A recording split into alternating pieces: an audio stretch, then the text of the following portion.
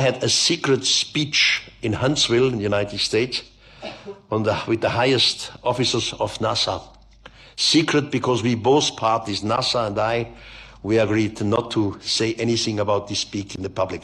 At this speak, I was also speaking about Ezekiel, 5 minutes. And after it, we had dinner together. The highest NASA chief of construction came to me, Mr. Joe Blumrich, and he said, Eric, that was very interesting, but in the Bible, you will never find technology.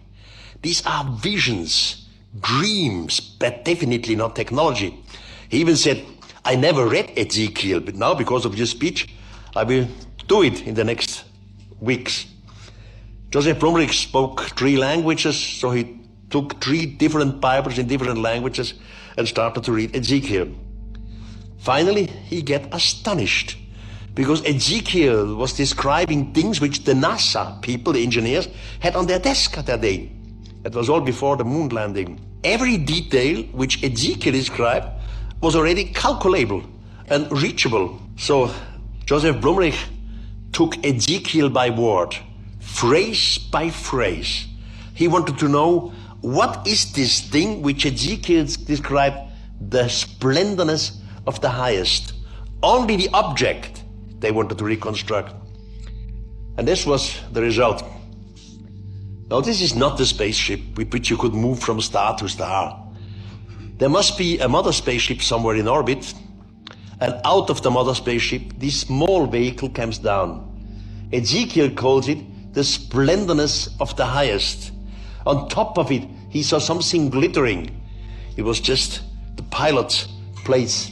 He describes the wheels which could go in every direction. He describes the wings which made a terrible noise. He even described when the wings stood still, they were hanging down. Soon as the noise started again, and he compares the noise with the thundering of a waterfall, then the wings went up again. When the wings left up from the earth, the wheels were left up too. Of course, when a helicopter is lifted up, the wheels are not staying on the ground.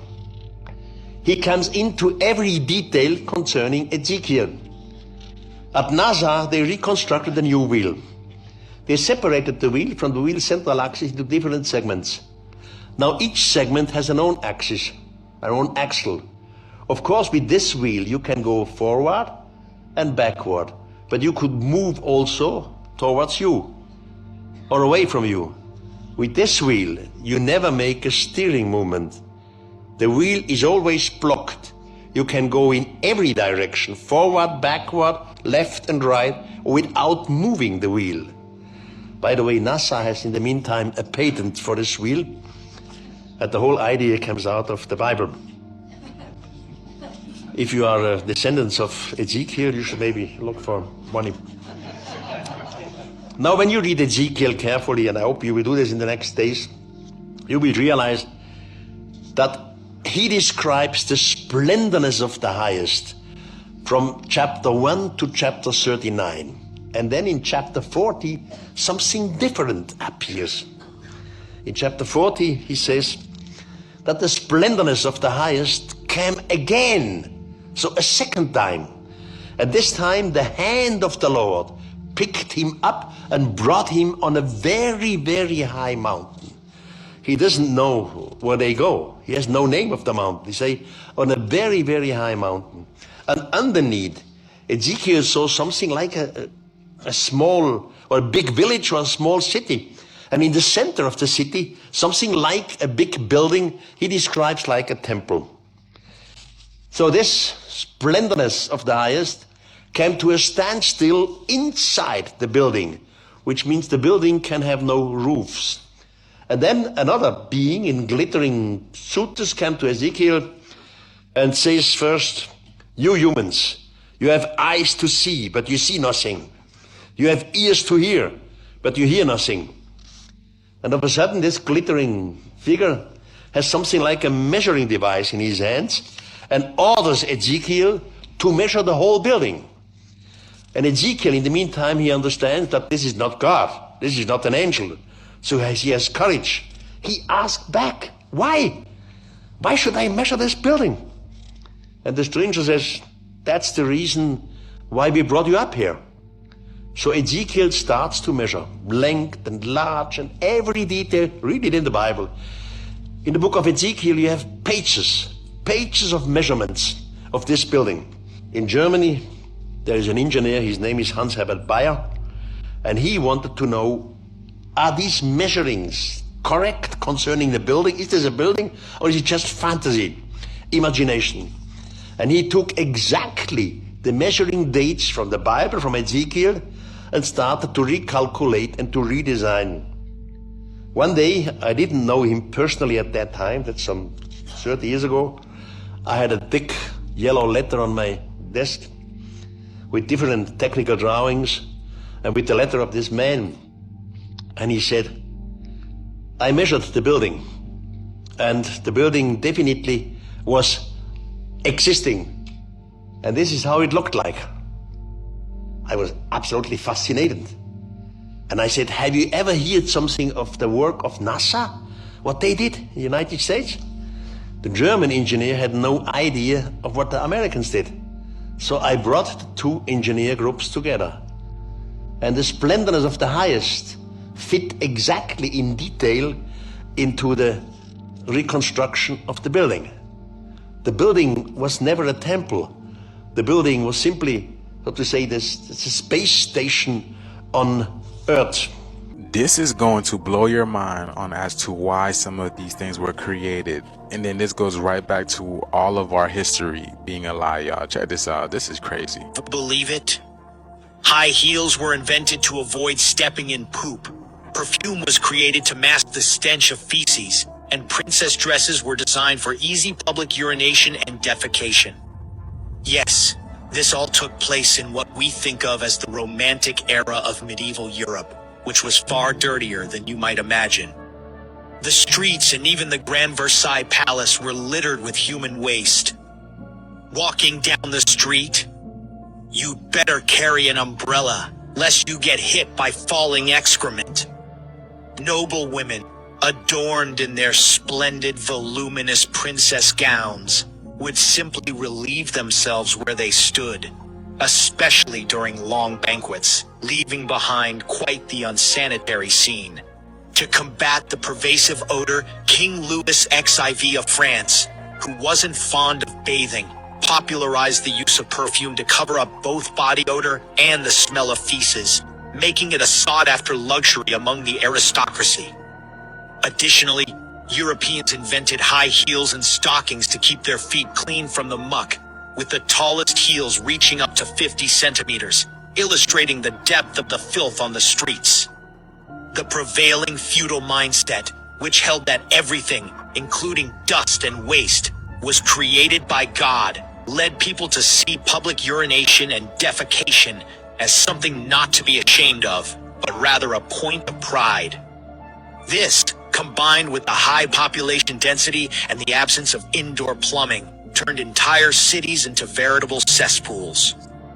No wonder Voltaire remarked on this era as dirty and barbaric, highlighting the stark difference between the idealized view of medieval Europe and its grimy reality. Hollow or Middle Earth theory states that our world is not simply structured with the inner core, outer core, mantle, and crust like we've been taught, but instead is hollow in the center, containing oceans, landmass, and possibly even life. This theory actually expands by stating you can actually get there through holes at the North and South Pole, or by traveling deep within cave systems that are located all over our world. In my last video, I spoke about how an ocean that was bigger than all oceans on the surface combined was discovered 700 kilometers beneath the Earth's surface. But in 2023, there were also underground mountains that were discovered near Earth's core that are 5 times bigger than Mount Everest. Now, this is not by any means hard evidence that the Earth is hollow, but if it took this long for scientists to know that there is water and large land masses inside the Earth, couldn't they have missed other things? I mean, even a well-known admiral named Richard Byrd got on live TV during the 50s and stated that there was another landmass beyond the South Pole that had never been explored before. I want you to listen to what he said for yourself, and then leave a like if you want me to provide evidence for Hollow Earth. Admiral Byrd, you've been to both the North Pole and the South Pole. Is there any unexplored land left on this Earth that might appeal to adventurous young Americans? Yes, there is. Strangely enough, there's left in the world today an area as big as the United States that's never been seen by a human being. And that's beyond the pole on the other side of the South Pole from Middle America. And I think it's quite astonishing. You ever wonder what kind of spiritual technology the rich, powerful, and elite organizations work on in secret? Those that have unlimited resources, time, and above-the-law leeway. Welcome to DARPA, the psychotic invasive branch of the Antichrist. Take 2. Top 5 bizarre spiritual technologies DARPA's working on. And don't worry, I won't mention the robots designed to consume biological material as fuel, or nanotech that's woven into clothing that's wash-resistant, and can either monitor or send frequencies to... Take 3. Since Project Pandora in the 60s, which used microwave radiation to control human behavior, extreme efforts have gone to get inside of the human brain. And they've been working on neurotech, which is basically a brain interface with robots. This brain-machine interface is the beginning of the cyborg generation, or fallen angels in robot bodies like the Transformers type generation. Among other spiritual tech, here's a few more. Check out the Smart Dust, the world's smallest commercially available RFID chip. Been around for at least a decade. Smart Dust. So what is Smart Dust? Well, general purpose computing, sensors, wireless networking, all bundled up into millimeter scale sensor modes, drifting in the air currents, flecks of computing power settling on your skin, ingested, monitoring you inside and out, and can be pulse powered by radio waves. It doesn't require a battery. You can literally scatter this stuff like dust or embed it into a sheet of paper. And you know what the really interesting thing about this technology is? This was commercially released 10 years ago, and you haven't really seen anything yet. Or synthetic telepathy, which there's patents for. Sonic projector devices, meaning sound, V2K, which is known as voice to skull. Also, there's the realm of dream advertising, which also has patents and is something that happens. All these Antichrist mind control patents. Take 4. CRISPR super soldiers. Genetics technology plus processing and rituals to create invulnerable super soldiers. There's organisms that thrive on radioactivity, and there's already been experiments to insert some of these radioactive thriving organisms into humans, as well as animal-man hybrid type of science. Various traits include heightened senses and tolerance, gecko-like climbing grip, breathing underwater, etc. There's implantable nanobiosensors. The idea is having biosensors implanted in the bloodstream to be communicated with from outside of the body or off-site, using radio and EMF waves. Scanning and reading biomarkers, probably monitoring everything. Probably straight on that one. And there's also the Avatar Project, which is basically uploading your consciousness. The alleged DARPA Avatar Project, a sentient world simulation run through a series of high-powered quantum computers.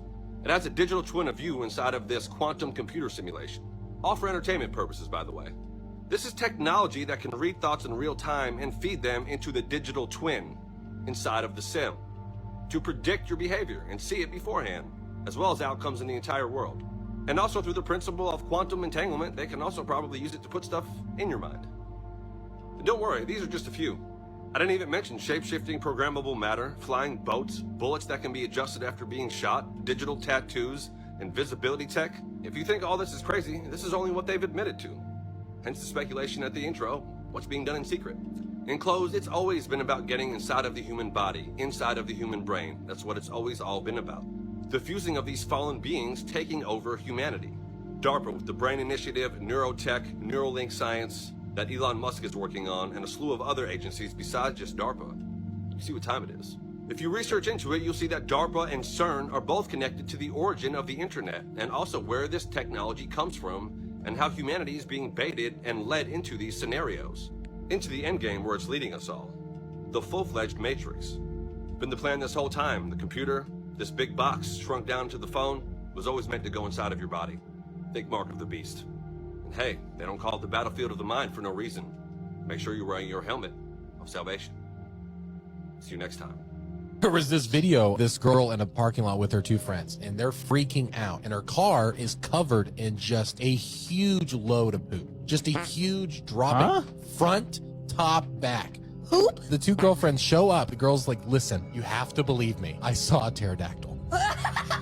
What? Oh, she said this thing was 20 feet wide, and she heard it and she saw it, and she says, I'm not joking. It pooped on my car. And there is literally just this huge mess. Oh, that's weird. It's super creepy. There's there's people that say, like, in the comments, they're like, dude, my grandpa swore he saw one in his farm one time, like, flying over. Like, they're like real thing. When they were going out west and stuff, like early America, a lot of these people, like on the Oregon Trail, they reported seeing these thunderbirds. Yeah, I heard a story about one of the guys came into a saloon. He was like, I shot one. He couldn't carry it back, but he cut off a big strap of wing, and it was basically just a huge piece of leather that wasn't leather.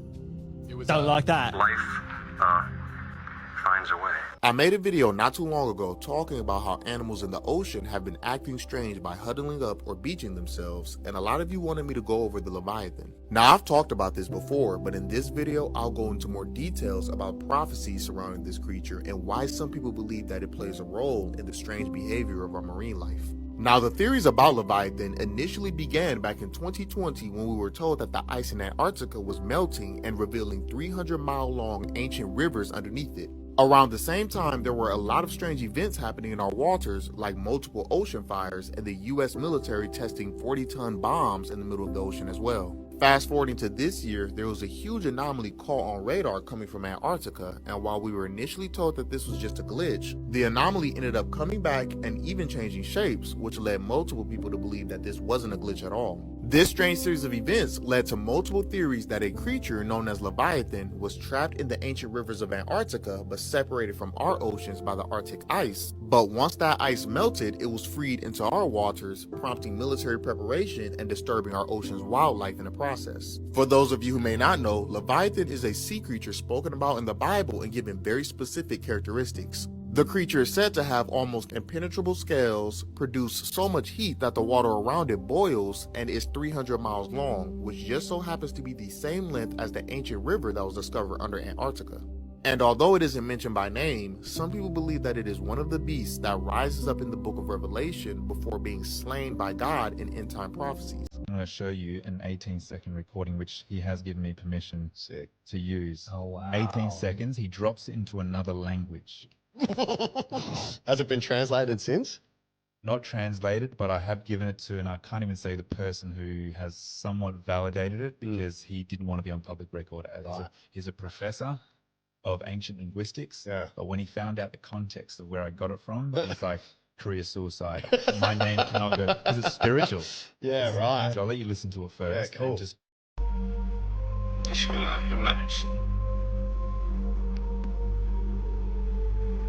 What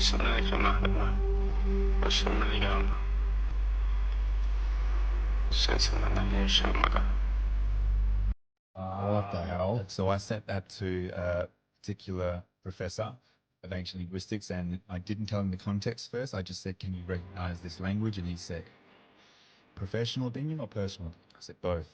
He said, professionally, we have lost a lot of languages from ancient times, but it's definitely Mesopotamia. Wow. Right? Which is during that period of time. And then he says, but if I had to guess, it most resembles ancient Egyptian. Wow. And I'm like, oh, that happens to be the context of where he was.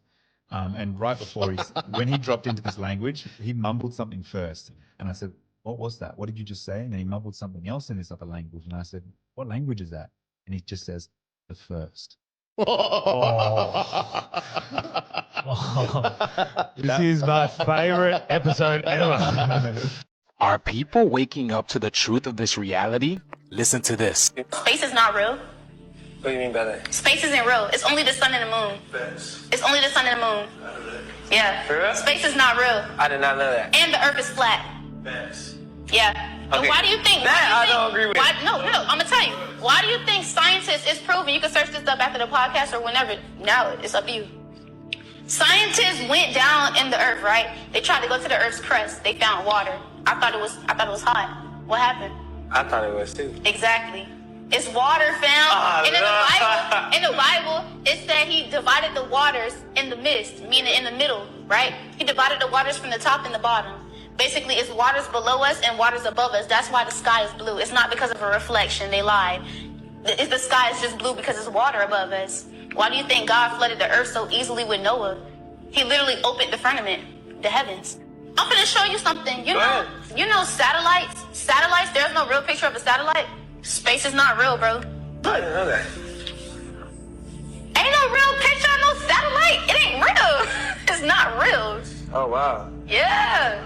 Every photo is edited. I might be speaking too much. Okay, since we're all adults now, right? We got our own thinking caps on. Can we agree that this right here is not a satellite? Can we all agree that this is something much more grandiose than a satellite or multiple floating satellites, since it's already been proven that all satellite pictures are fake and they're Photoshop? Look at that, y'all. This can't be a satellite. This is too amazing. And also the video of the mouse that was caught in space, with the Earth behind it. Yeah, it's over, Elon. So y'all know how we have the waters warming up like insane? Do you think this has anything to do with it? Maybe? In Florida right now, the water is 90 degrees right at Clearwater. It's May. That's crazy. We literally already have them watching 3 storms that could become hurricanes. Here they are, if you notice, where 2 of them are starting. It's because this devastating scenario I showed you guys a few days ago. Quick recap, Hurricane Katrina, now anomaly, mega anomaly. Now besides the anomaly that I've been talking about, I think it's worth looking into the undersea volcanoes because, for instance, Iceland is going freaking crazy now. And here's another shot of that. And so 2 days ago, we just had this anomaly pop up again on Venture Sky. I want you guys to notice this very, very straight line. A straight line signifies something not natural because there are no straight lines in nature. But you can see the wave currents going up into it, and you know what's right here. Funny enough, Venture Sky is actually going to completely remove this model. But why? Also at the same time, we have India's capital hits a record-breaking 126 Fahrenheit in May. Definitely could be a coincidence. But now with all these catastrophic storms going on in the US, it makes you think. Really makes you think. And what's making these underwater volcanoes go off more than usual, or in general, all these volcanoes? 2024 is a very weird time. Like I said, this year don't go towards the hurricane. If a hurricane's coming, go the opposite way. And if you see 2 hurricanes turn to 1 hurricane, run. There's been so much science fiction that these are aliens that the debate becomes, no, it's impossible, they can't be aliens, or yes, they are aliens and that's it, right? But that is a debate based on our current understanding of science. If we had this debate back in the 1800s, there were these things called the airships, right? Nobody really understood what they were. And if you go back to biblical times, right, there were, the wheels, and there were all these weird flying chariots and things, and they didn't know what they are. But each time we try to interpret them based upon our current understanding of technology. Just like the metaphors I was talking about earlier in religions, the same happens with these kind of events, right? Chariots is the best way for people to explain something in the sky because that's a technology they understand. So today, aliens is a way to explain UFOs because at least we, just like the planet Krypton, right? Right? It's past the 10-year-old test, right?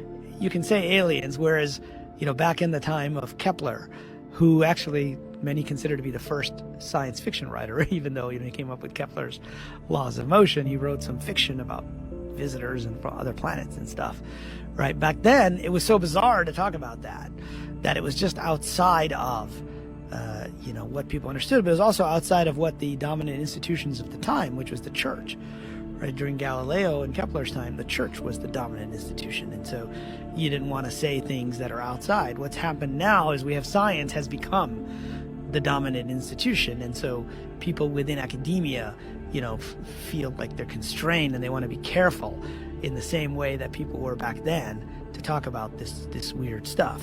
And so I think when you get into some of these other explanations, it's more likely because the phenomenon has so many different aspects. Like, so for example, I was talking with Whitley Strieber recently. I don't know if you've ever had him on. No. He wrote I'm aware of Communion. Communion, which, because Communion has had that gray head, alien head on the cover, it's become kind of the dominant thing. But he was talking about a story recently, which again sounds so bizarre, right? About a young man who, he talked about this on the air, so I can share it publicly.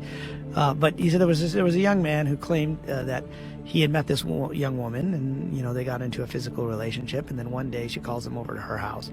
Okay, and this sounds totally batshit crazy. And she says, I'm a gray alien. And then she transforms into like a gray alien. And then she transforms back into the human. And then she says, and, I'm pregnant, with our child, and I'm going to take that child back to our people, and you're never going to see me again. Okay, so from our normal understanding of reality, that's just ridiculous, right? Right. In so many ways, right? But when I was looking at like the stories from medieval times and in the Islamic traditions, there's actually almost identical stories of men who would meet these